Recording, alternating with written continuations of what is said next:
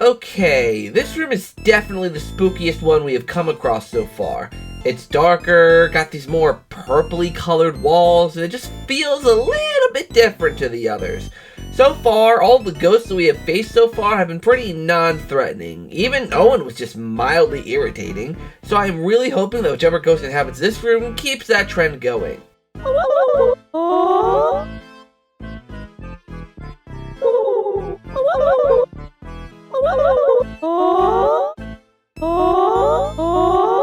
Okay then, well, I appreciate the confidence, but if you really say that you are that powerful, I think that we should just leave and move on. Maybe you're one of the optional ghosts. I mean, after all, there are only 2 more ghosts in this area after you, and I would kinda like to get those done.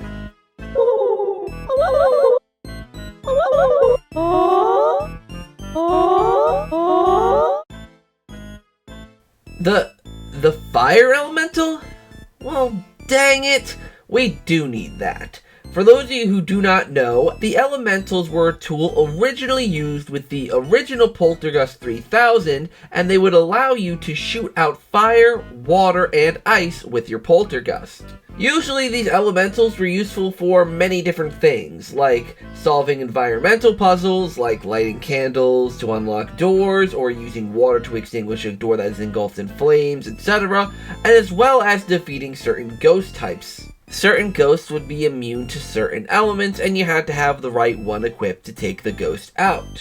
All of this is able to be accomplished by using elemental metals. These metals were found in certain rooms throughout the mansion in the original game, and once you acquired these metals, and once you found each metal, it allowed your Poltergust to do that elemental's action.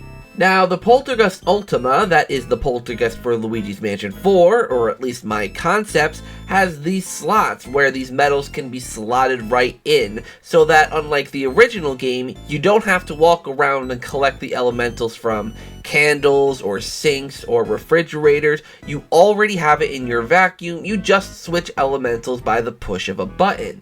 But the weird thing about this is that there's the medal with one of the ghosts in King Boo's mansion. That's a little weird in my personal opinion.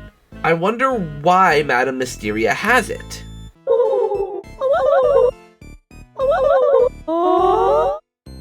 Right, well now let's talk about how we're going to defeat Madam Mysteria. Madam Mysteria has the same amount of health as Owen did, being 250, and her boss fight revolves around her now newfound ability being producing fire. Yes, using the powers from the fire elemental metal, she can summon fire and burn any and everything around her, including you. The key to this boss fight is to avoid her fire. She will shoot out fire in certain directions and in certain patterns, meaning that you'll have to run around the fire to avoid it. Since fire is, well, pretty dang dangerous, whenever she attacks you with the fire, it takes quite a bit of health out and it will leave you stunned momentarily. Unlike regular hit damage, fire damage would leave you in a burned state, so you have to wait for the fire on you to get extinguished, kind of like in the original game when you got burned.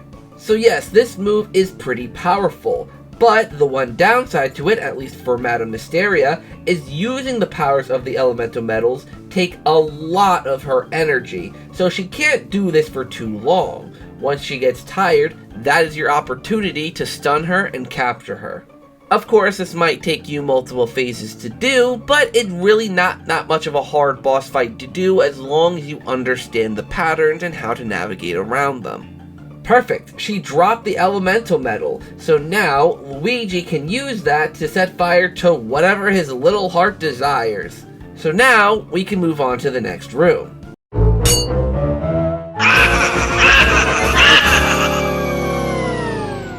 Wait, we don't have a key.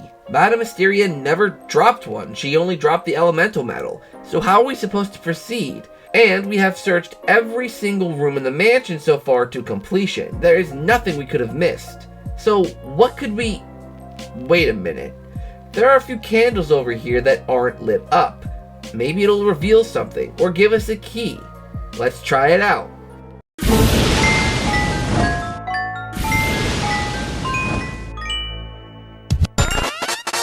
Oh wow, using the fire on those candles revealed a hidden door that was hidden in the ground.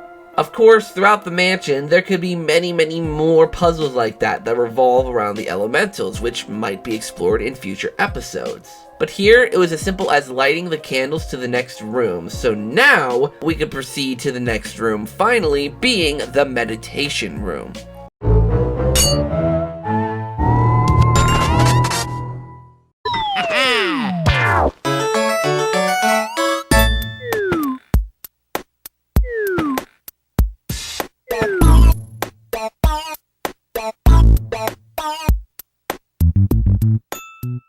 Right, now let's talk about Madam Mysteria. She is 48 years old, or at least was when she passed away, and she's kind of the loner of the mansion.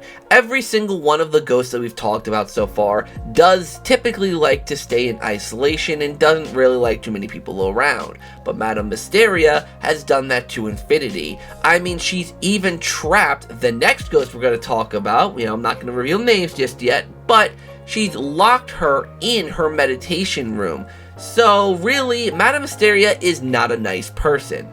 Though, Madam Mysteria does have an interesting power. She can use energies from natural elements and use them to her advantage, which is what she did with the elemental metal. She used the metal's power to give her abilities of fire. Not too many ghosts can actually do this ability, so it's kind of rare. There are instances, like with Tubby and Mr. Lugs, where they can shoot out fire with their breath, but not many human ghosts actually have the ability to manipulate elements.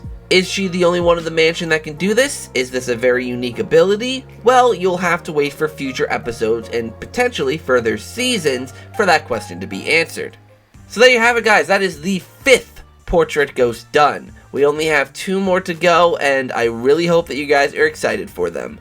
So, until the next time, you guys, I'll see you all in the next episode.